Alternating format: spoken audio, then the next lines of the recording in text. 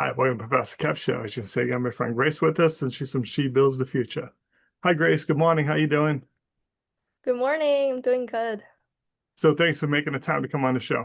Before we talk about She Builds the Future, tell us about yourself. What should we know about you?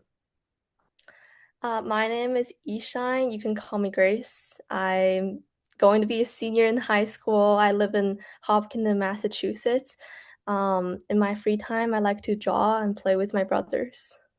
So, let's talk a little bit about She Builds the Future. Why did you start this? What need, what opportunity did you see, Grace? So this is like something that I started purely on myself at the beginning. I always wanted to do something like this because I noticed how there's like gaps in information and resources when it comes to women, and I just want to kind of work on it and make it fun and engaging to like all different ages of women. That's simply the idea. Yeah. So, tell us a little bit more about what you're doing with this idea so people understand what you mean when you say She Builds the Future. Yeah, so we basically our team works on different projects. So our project for kids is that we have like hands-on STEM workshops as well as a dental science workshop. And we would go around like in mass, like hosting different fun events and stuff. And then for teens, we have a very fun project called the Safety Booklet project where we like create those little booklets about personal safety and topics that young women might not always be taught directly. And yeah, and we also have an online library like with ton of like resources for educators and students. And that's really, really like expansive too, which I really like that one. Yeah. So, Grace, tell me about some of the challenges that you've had growing this. It seems like it's kind of complex. I think a few challenges actually. First is to actually like find opportunities to show our workshops to like the greater audience because whenever you schedule with the libraries, you gotta do it ahead of time.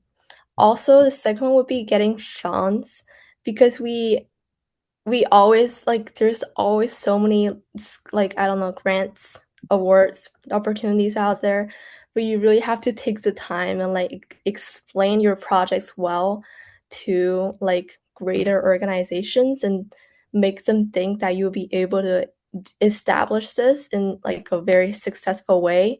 And so the way you like I don't know, the way you convince people is really important in the process. Yeah. Makes sense. So tell me about some of the successes you've had. It must be neat to see your vision coming true.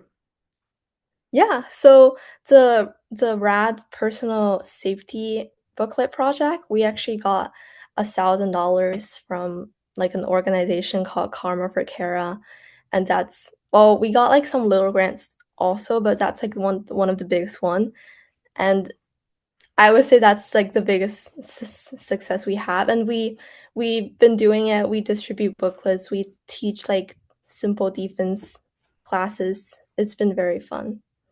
But it must be neat when you hold your events and people show up. You're like, all right, we were right. There is a need for this. People want this. That's got to be rewarding. Yeah, that's my favorite part of doing everything. Yeah. And seeing when you work with young kids, like when they genuinely find something fun with it. And also we also had some dentals, like whatever hygiene workshops.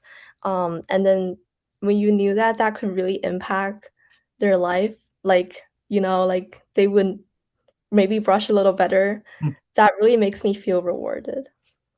All right, it's crystal ball time, my friend. Where do you see this idea in 3 years? Wait, sorry. I couldn't hear That's the okay. Where do you see this idea in 3 years?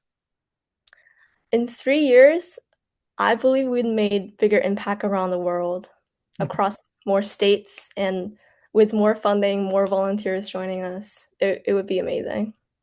So, Yes. Grace, what's the best way for people to reach out to you? How can they learn more and maybe get involved or make a donation to your cause? Yeah, definitely. So feel free to email us, shebuildsthefuture@gmail.com. And we have the same name across all platforms. You can find us on Instagram, Facebook. It's at She Builds the Future. And donations are always like in the top. So Yep. Awesome. All right, Grace, I appreciate you taking a few minutes to call the show. And as always, thanks for being my friend. yeah, of course. Thank you so much.